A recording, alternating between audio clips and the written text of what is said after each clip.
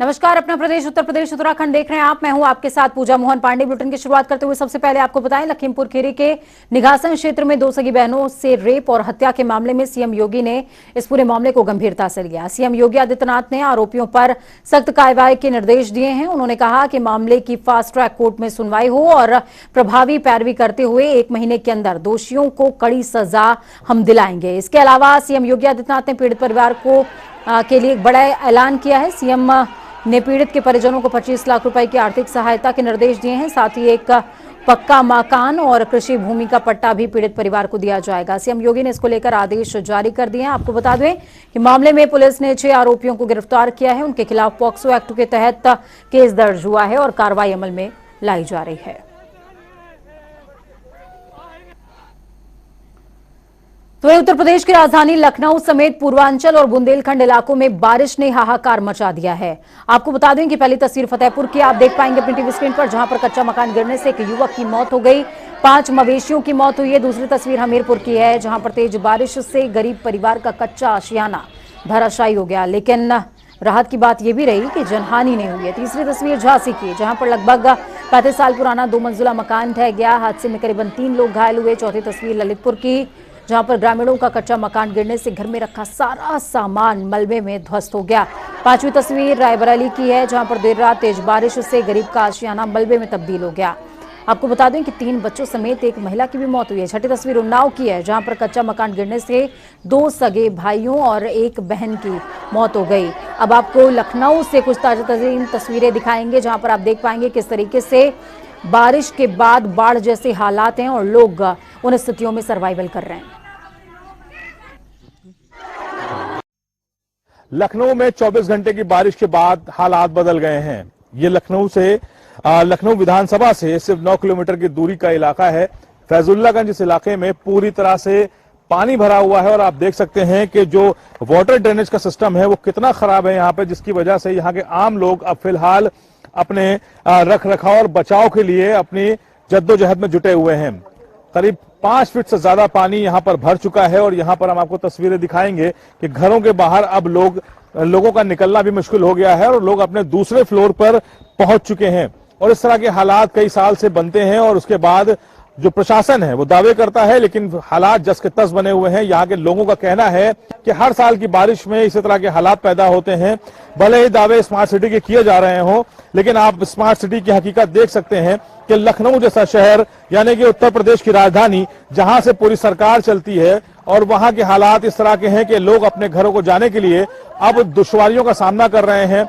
बच्चे स्कूल नहीं जा सकते, बूढ़े अपने घर से नहीं निकल सकते, राशन पानी की भी दिक्कत हो चुकी है। और आप तस्वीरों में देख सकते हैं जो कुछ लोग यहाँ के इलाके के मेरे साथ हैं, वो कितने गहरे पानी में है। ये रास्ता है और इसी रास्ते पर हम आगे बढ़ रहे हैं और आप तस्वीरों में देख सकते हैं कि हमारी जो क्षमता है वो कहां तक हम पानी में है और कितने बाहर हैं। तो उससे आप अंदाजा लगा सकते हैं कि 24 घंटे की बारिश के बाद इस तरह के हालात इन इलाकों में बन चुके हैं और अभी 24 घंटे का अलर्ट किया गया है कि आने वाले 48 घंटे तक बारिश अपना कहर बरपा सकती है। उसके बाद आप अंदाजा लगा सकते हैं कि हालात किस तरह के होंगे। कुछ लोग यहाँ पर हैं, इनसे हम बात कर लेते हैं। कब से ये हालात बन जाते हैं, कितने साल हो गए? सर ये 5-6 साल हो गए। इसी 5-6 साल से यहाँ पे नाला बनाने का वो करा गया था और नाला भी नहीं बनवाया गया। और मेरे डीएम जी आए थे, वो बता के गए हैं कि नाला का प्रभाव बनाया गया है, जिसकी वजह से हम लोग रोड पे थोड़ा डरना। ये जब अब ऐसे हालात हो गए हैं, भी पानी नहीं निकल पाएगा तो कैसी चीजें होंगी, कैसे कोई स्कूल जाएंगे बच्चे, क्योंकि एग्जाम भी चल रहे हैं। सर हम पढ़ते हैं सर, मेरा एग्जाम आज था लेकिन आज एग्जाम मेरा कैंसिल हो गया इसी की वजह से, पानी की वजह से, इसीलिए मेरा एग्जाम कैंसिल हो गया। और खाने पीने की दिक्कत भी है घर में और बाहर कोई निकल नहीं सकता, तेल पानी की भी जरूरत है। इन बस्तियों की हकीकत जानने के लिए आज जनता टीवी की टीम इसी पानी में उतरी है और जानने के लिए कि आखिर इस परेशानी का हल क्या है और कितने साल से इस तरह की परेशानी को झेल रहे हैं। देखिए सामने बच्चे भी हैं, यहाँ पर बहुत सारे कुछ महिलाएं भी हैं। कुछ कहना चाहेंगे आप, क्योंकि एक घर के पानी है वहाँ पे घर के द्वारे तक तो पूरा भरी गया है। समस्या है कि कैसे निकला जाए, कैसे अब सामान आएगा, कैसे बच्चे स्कूल जाएंगे, रोजगार जो निकल रहा है, जो कमाने के लिए जा रहे हैं, कैसे बाहर निकलेंगे, सारी समस्याएं हैं। तो ये एक दिन का तो है नहीं, इसका कोई सोल्यूशन निकलता नहीं है। जो आता है बस यही बोल के चला जाता है, अगले साल अगले साल अगले साल, बस यही कुछ है। कितने दिन तक आप घर में पैक रह सकते हैं ऐसे? अब सर ऐसी हालत में तो अभी डर लग रहा है कि निकला जाए यहाँ से। बाकी अब अच्छा, कल जब रात में बारिश हुई, जब बेतहाशा बारिश हो रही थी, उस वक्त के हालात क्या थे? क्योंकि अभी तो थोड़ा पानी आपका डाउन हुआ है, हल्का सा, मतलब ये कह सकते हैं कि घरों से पानी अंदर इसमें भी पहुंच गया था। जी बिल्कुल नहीं, अभी तो ऐसा कुछ नहीं हुआ है, लेकिन हाँ कुछ घरों में इधर आसपास के हैं हमारी, उसमें घरों में पानी भर गया है, जो लोग अब घर छोड़ के जा चुके हैं।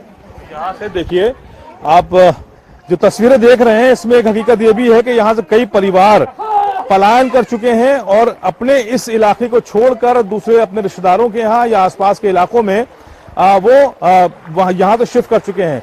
अब आप इस पूरी बस्ती को देखिए, ये सभी लोग इंतजार कर रहे हैं कि ये पानी का बहाव कब कम होगा, ये पानी कब नीचे जाएगा और लोग अपनी जरूरतों के साथ जुड़ पाएंगे। लेकिन इस तरह की परेशानी ये हर साल इससे रूबरू होते हैं। उनका कहना है कि यहाँ के जो स्थानीय विधायक हैं, उन्होंने भी वादा किया था कि इस तरह की परेशानी आगे को देखने को नहीं मिलेगी। इसके अलावा आज जब जलभराव हुआ, उसके बाद डीएम और चाहे मंडल आयोग सब सड़कों पर जरूर नजर आए, लेकिन ये ग्राउंड की हकीकत है। आप देख सकते हैं कि ये सब वो बस्तियां हैं जहां पर अधिकारी पहुंच नहीं पाते हैं। शायद उनको इस बात की जानकारी नहीं हो पाती कि विधानसभा, लोक भवन, सचिवालय से सिर्फ 7 से 8 किलोमीटर की दूरी पर एक ऐसी बस्ती भी है जहां पर लोग अपने घरों में दुबके हैं, क्योंकि ज्यादातर अधिकारी हजरतगंज और गोमती नगर जैसे इलाकों में ही नजर आए, लेकिन इन बस्तियों पर शायद उनकी नजर नहीं पड़ी, या यूं कह सकते हैं कि उनको बताने के लिए कोई अधिकारी था ही नहीं। कैमरा पर्सन आशीष के साथ तौकीर किदवई, जनता टीवी, लखनऊ। तो वहीं दूसरी तरफ राजधानी लखनऊ के दिलकुशा क्षेत्र में दीवार गिरने से 9 लोगों की मौत के मामले में उत्तर प्रदेश के उप मुख्यमंत्री ब्रजेश पाठक घायलों का हालचाल जानने के लिए सिविल हॉस्पिटल पहुंचे। सिविल अस्पताल में घायलों का हालचाल जानने के बाद डिप्टी सीएम ने घटनास्थल का भी निरीक्षण किया। उन्होंने कहा कि लखनऊ में बारिश से हुई ये दुर्घटना बेहद दुखद है। सरकार पीड़ित परिवार के साथ खड़ी है। सभी जिलाधिकारियों और कप्तानों को निर्देशित किया गया है कि जर्जर मकानों को लेकर एहतियात बरतें।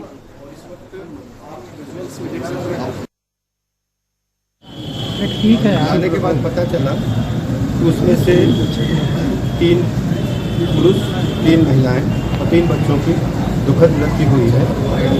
उनका आइडेंटिफिकेशन कर लिया गया है। आगे की जो विधिक कार्रवाई वो चल रही है। उनके परिवारजनों तक सूचना पहुंच गई है। पीड़ित परिवारों के साथ हमारी सरकार पूरी तरह से खड़ी है।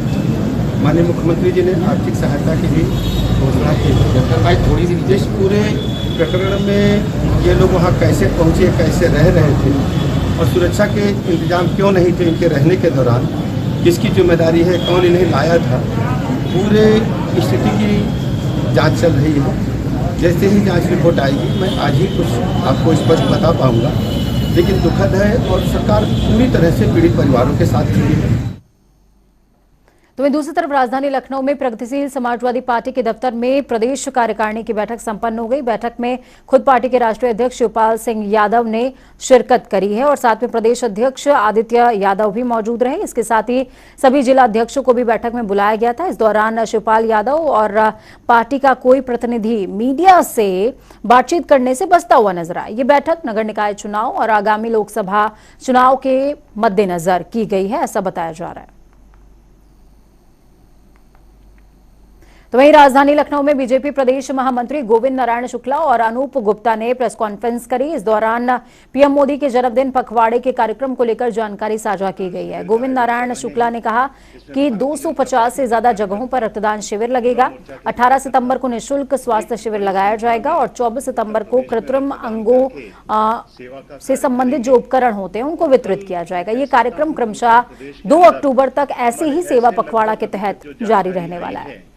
285 से अधिक स्थानों नरेंद्र मोदी जी के व्यक्तित्व पर आधारित एक प्रदर्शनी का हम लोग कार्यक्रम लगाने जा रहे हैं।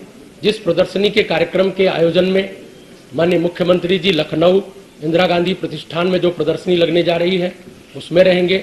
माननीय केशव प्रसाद मौर्य जी डिप्टी सीएम अपने उन्नाव में जो प्रदर्शनी लगेगी उसके कार्यक्रम में उद्घाटन करेंगे। ऐसे ही अपने दूसरे डिप्टी सीएम आदरणीय ब्रजेश पाठक जी नगर निगम लखनऊ में जो प्रदर्शनी लगने वाली है उसका उद्घाटन करेंगे। ऐसे हमारे सभी मंत्रीगण, सांसदगण, सभी विधायकगण पूरे अपने प्रदेश के सभी जनपदों में जो नगर पालिका, नगर पंचायत और संगठन के द्वारा आयोजित होने वाली ये नमो प्रदर्शनी है, इस प्रदर्शनी के उद्घाटन के कार्यक्रम में रहेंगे और यह प्रदर्शनी 19 तारीख तक जनता जनार्दन के लिए आम लोगों के लिए देखने के लिए उपलब्ध रहने वाली है। वहीं बीते कई दिनों से दिल्ली के एम्स में भर्ती सपा के वरिष्ठ नेता आजम खान के दिल का इलाज चल रहा था, जिसमें उनसे मुलाकात करने के लिए सपा के राष्ट्रीय अध्यक्ष दिल्ली पहुंच गए हैं। मुलाकात के दौरान अब्दुल्ला आजम और आजम खान की पत्नी भी उनके साथ मौजूद रहीं। ये मुलाकात दिल्ली के ओखला स्थित आजम खान के फ्लैट पर हुई है। तो वही राजधानी लखनऊ में अपने आवास पर मौलाना कल्बे जवाद ने वक्फ की जमीनों पर हो रही कब्जेदारी को लेकर प्रेस कॉन्फ्रेंस करी। इस दौरान उन्होंने कहा कि वक्फ की हमारी लड़ाई जारी है। मायावती की हुकूमत में वक्फ जमीन पर कब्जा हुआ। साथ ही कहा कि सतीश मिश्रा का प्रशासन मददगार बना हुआ है। सतीश मिश्रा आजम खान के नक्शे कदम पर चल रहे हैं। इस मामले की सीबीआई जांच होनी चाहिए। और क्या कुछ कहा कल्बे जवाद ने, सुनिए।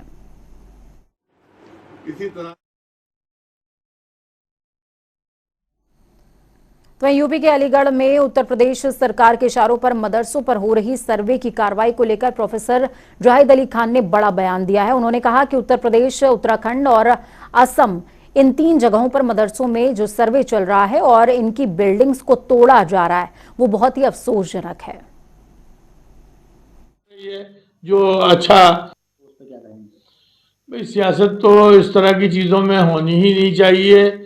सियासत तो मैं समझता हूँ उत्तर प्रदेश और उत्तराखंड और आसाम की सरकार कर रही है, बल्कि दमनकारी नीतियाँ इख्तियार किए हुए है, वो कुचल रही है, बर्बाद कर रही है और गरीबों का हक मार रही है। जो अच्छा काम कर रहे थे उनको उनमें रुकावट डाल रही है। तो जो भी कोई इनके अलावा सियासत कर रहा है या अनशन बयानबाजी कर रहा है, कोई भी करे, मुसलमान करें या गैर मुस्लिम करें, फिरकापरस्त पार्टियां करें या कोई और करें, बहरहाल वो गलत है। लेकिन अगर अच्छा कोई कर रहा है, अच्छी बात कह रहा है, चाहे वो सियासी ही क्यों ना हो, तो वो बहरहाल उसका स्वागत होना चाहिए। कि वो कोई गलती को रोकने के लिए अगर कोई बात कह रहा है तो डिप्टी सीएम ब्रजेश पाठक ने लखनऊ में हुए हादसे पर दुख जताया। ब्रजेश पाठक ने कहा कि लखनऊ में बारिश से हुई दुर्घटना बहुत दुखद है। सरकार पीड़ित परिवार के साथ खड़ी है। हादसे में घायलों को बेहतर इलाज दिया जा रहा है। उन्होंने कहा कि सभी जिलाधिकारियों और कप्तानों को जर्जर मकानों को लेकर एहतियात बरतने के निर्देश भी जारी किए गए हैं। आगे कहा कि जो भी लोग प्रदेश में जर्जर मकानों में रह रहे हैं, उनके खाने और रहने की व्यवस्था कराने के भी निर्देश दिए गए हैं।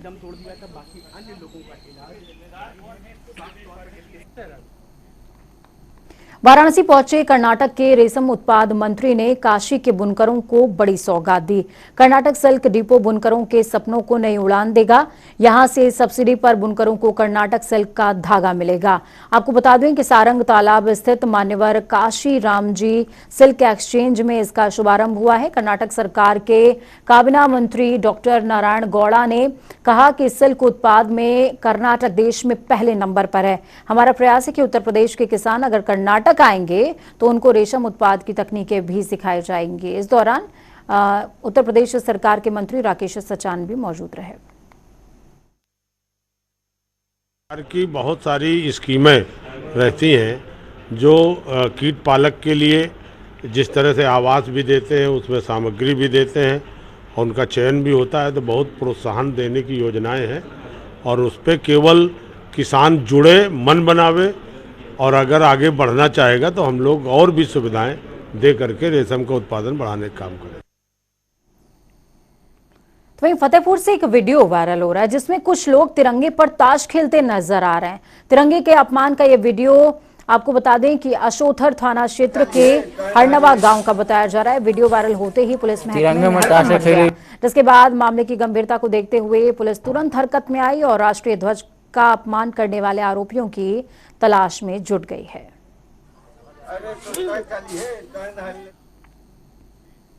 यूपी में माफिया मुख्तार अंसारी और उसके करीबियों पर प्रशासन की कार्रवाई लगातार जारी है। प्रशासन ने मुख्तार अंसारी और उसके करीबी काजू अंसारी उर्फ शहनवाज अंसारी की अवैध संपत्ति पर कार्रवाई की। मोहम्मदाबाद दर्जी टोला में मौजूद कुल 2 करोड़ 50 लाख रुपए की संपत्ति को आज प्रशासन ने भारी पुलिस बल के साथ कुर्क कर दिया। आपको बता दें कि मुख्तार का सहयोगी काजू अंसारी और पर गौकशी के धंधे में काफी दिनों से उसको लिप्त पाया गया था। आरोप यह भी है कि इसी के बलबूते काजू ने काफी अवैध संपत्ति बना ली थी।